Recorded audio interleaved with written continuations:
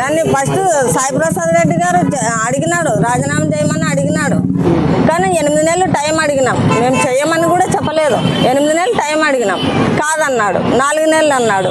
4 నెలలు టైం అడిగినాం, మళ్ళీ అది కూడా కాదన్నాడు. సరే అది కూడా వద్దు, సాయంత్రం కౌన్సిల్ సభ్యులందరినీ కూర్చోబెట్టి మద్దతు ఎవరి పక్క ఎక్కువ ఉంటే వాళ్ళకి ఇద్దామన్నాడు. అట్లా కూడా సరే అని ఒప్పుకున్నాం. మేము ఒప్పుకున్నాక సరే ఇంటికి పోండి అని మేము ఇంటికి వచ్చిన గంటకే కౌన్సిలర్లను పిలిచి, అంటే అందరూ తీసుకోలేరులే, కొంతమందికి 50,000 వేలు పంచినారు. ఎవరు? చంద్రకాంత్ రెడ్డి పంచినాడు. చంద్రకాంత్ రెడ్డికే చెప్పినాడు సాయన్న, అందరిని కూర్చోబెట్టి ఎవరికి ఎక్కువ మద్దతు వస్తే వాళ్ళనే పెడదాం చైర్మన్గా అని చెప్తే ఆయన కూర్చోబెట్టకున్నాం. మధ్యలోనే డబ్బులు పంచినాడు. డబ్బులు పంచిన దానికి మేము చేయమని చెప్పినాం, రాజీనామా చేయము.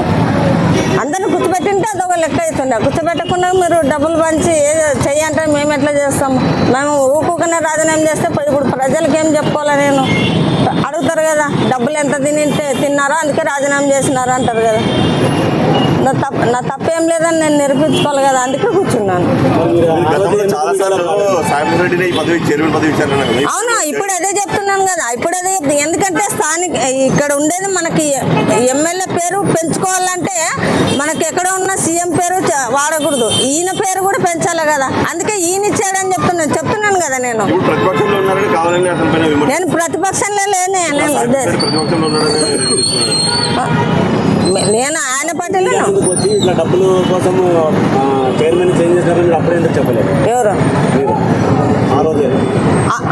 అంటే ఇంకా ఇంతవరకు తెలియదు కదా, నిన్న తెలుసు కదా. అంటే ఆ రోజు అడిగినా రాజీనామా చేయమని వచ్చినాము, అంతే. చేయమని వచ్చినాము. అవును, డబ్బులు తీసుకున్నారు. అట్లయితే చెప్తాము. ఆ రోజు ఇచ్చినారు, 50,000 వేలు ఇచ్చినారు. తీసుకున్న వాళ్ళు కూడా వచ్చి చెప్పినారు, మాకు తీసుకున్న వాళ్ళు కూడా వచ్చి చెప్పినారు. లేదు, 1 రూపాయి లేదు. మాకు ఫ్రీనే వచ్చింది.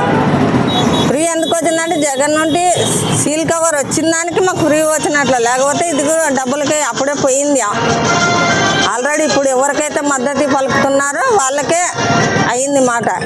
కాకపోతే అక్కడ నుండి వచ్చిన దానికి వాళ్ళు ఏం చేయలేకపోయినారు. అప్పుడు పాచిక పారలేదు, ఇప్పుడు పారగొడుతున్నారు, అంతే, ఏమి లేదు. అక్రమంగా ఎందుకు చేస్తాము చెప్పు? అక్రమంగా నేను బీజేపీలో తిరిగి బీజేపీ కండ వేసుకొని ఏమైనా తిరుగుతున్నానా? ఎక్కడ తిరిగినాను? ఎమ్మెల్యేతోనా ఏమైనా ఒకసారైనా మాట్లాడినానా చెప్పు? ఫోన్లో మాట్లాడినానా? సపరేట్ మాట్లాడినానా?